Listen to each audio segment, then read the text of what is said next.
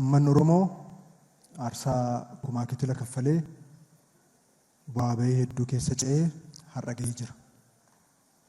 Aarsaan har'a kaffalee irra geenye kun Oromoon sirnoota darban keessatti xiqqaa aga guddaatti itti rakkatee itti dadhabee dhiiga isaa lolaasee lafeetti cabsee as gahee jira. Aarsaa guddaadhaan bakka gahee kan ammoo injifannoo argatee mootummaan looreta nagaa keenya Dr. Abiy Ahmed muummee ministeera Itoophiyaatiin gaggeeffamu erga lafa qabatee asitti sululoonni fi gaarreen Oromiyaa dacheen Oromiyaa aarsaa kumaa kitilitti kaffalame sun bakka hundatti misooma hojjechuudhaan bakka hundatti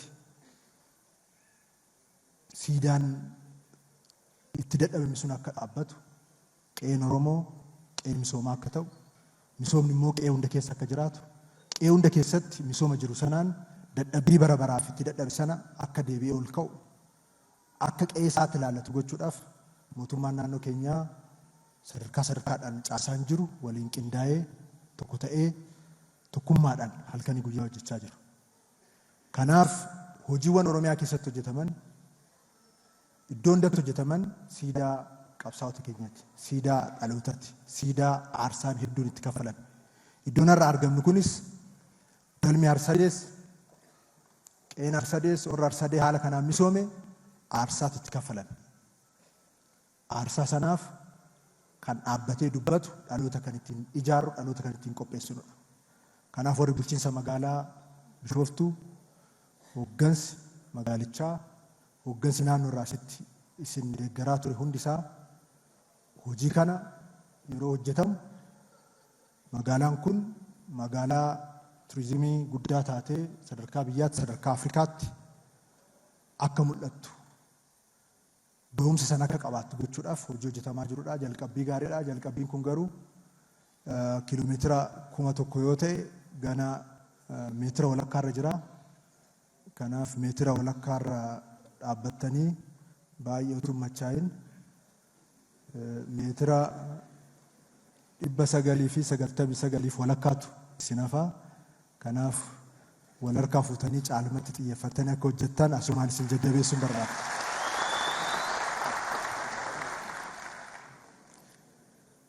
Mootummaan naannoo keenyaa yaadama ida'amuudhaan masakamee duudhaa fi eenyummaa keenyatti deebinee of taanee of ta'uudhaan immoo Itoophiyaa akka ijaaru, of ta'uudhaan Itoophiyaa bu'uura irraa akka jijjiiru, of ta'uudhaan eenyummaa keenya Itoophiyaummaa keessatti akka calaqqisiisnu gochuudhaaf xiyyeeffannoon kennamee hojjetamaa jira.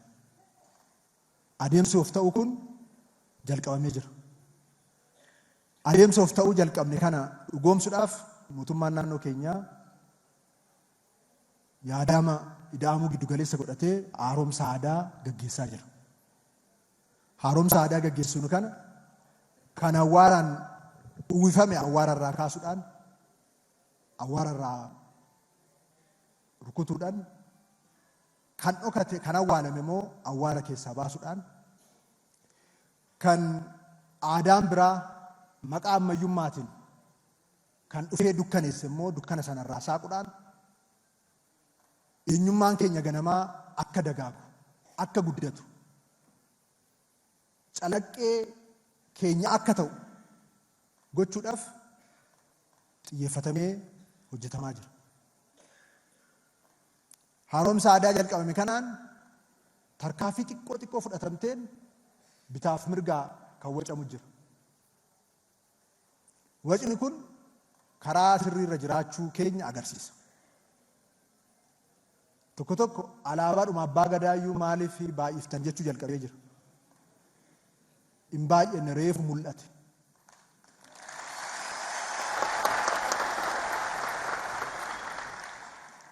Tokko tokko immoo kootu nu irreeffadhu Waaqayyo galateeffadhu jennee utuu hin kadhatin waa'ee irreechaa waa'ee galataa ibsa adda addaa kennuudhaaf cinqamaa oola.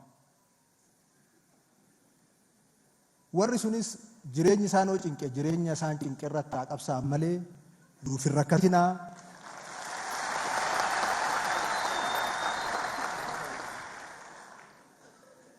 Haaromsa aadaa jalqabne kun reefu tuttuqxe. Ganaa iyyummaa Oromoo injifataa, ganaa iyyummaa Itoophiyaa injifata.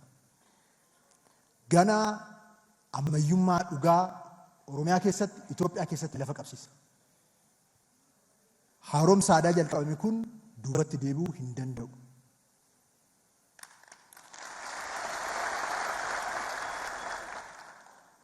Eenyummaa keenya awwaaluuf samiidhaa gadi wanti godhamne hin jiru.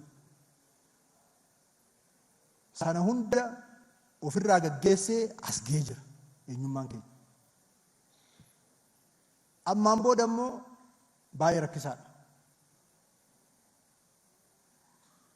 Tabban taanitti bu'uu ta'a.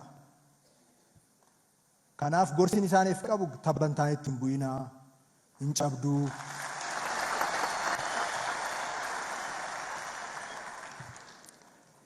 Nuyi keenya miidhagnee kan obboleewwan keenya kan sabaaf sablammoota hundaa miidhagsinee sanaan wal qabannee deemuu barbaada.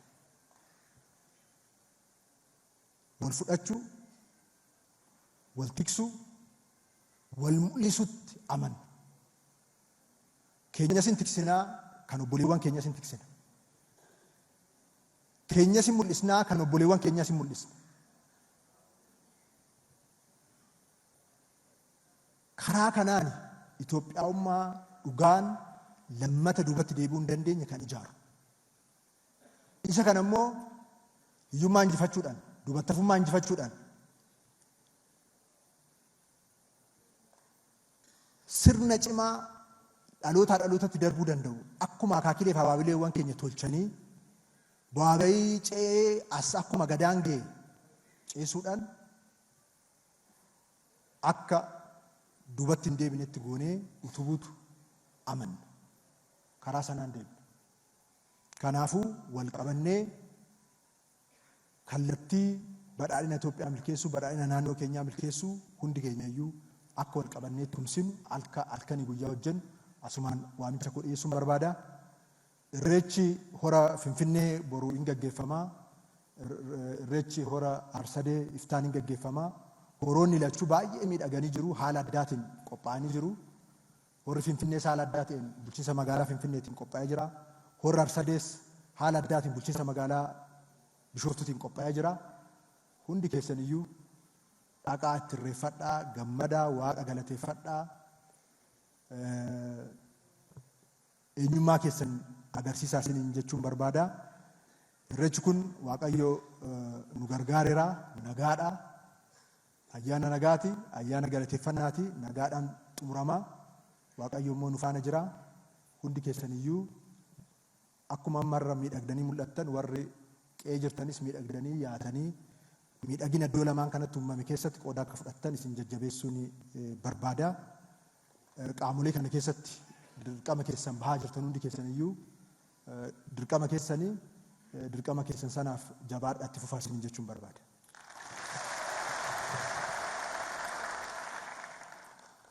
Hundaa ol boqonnaa namarra geenye kun boqonnaa baay'ee murteessaadha. Jabaannee hojjenne karaa waggoottan hedduu fuulduratti nu deemsisuu danda'u.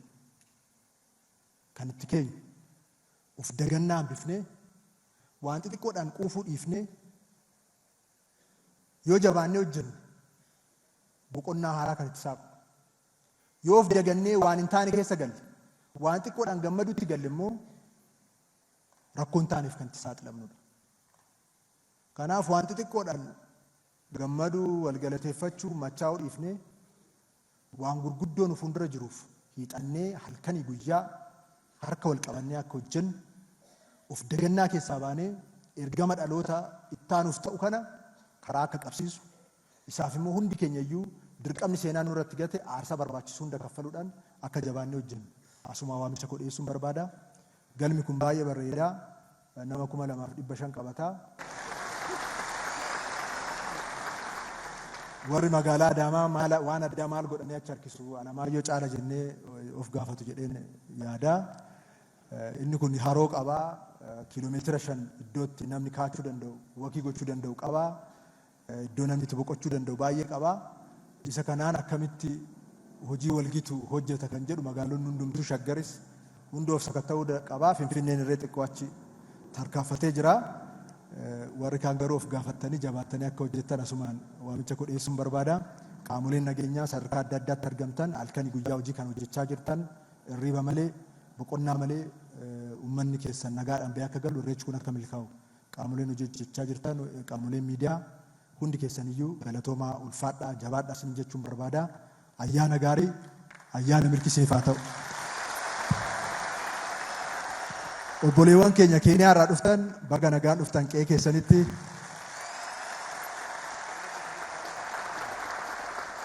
barataan immoo biyyoota ollaa biroo irraa isa akka qabatanii dhuftan amantaa qabna jabaadhaa